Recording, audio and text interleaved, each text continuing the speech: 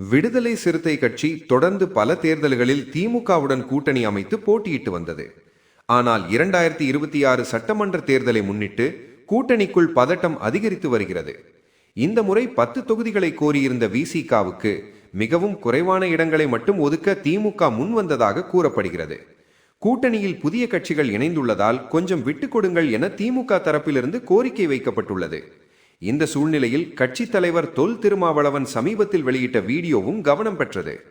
இதற்கிடையில் முக்கிய திருப்பமாக புதுச்சேரி மாநிலத்தில் விடுதலை சிறுத்தைகள் கட்சி தனித்து போட்டியிட முடிவு செய்துள்ளது.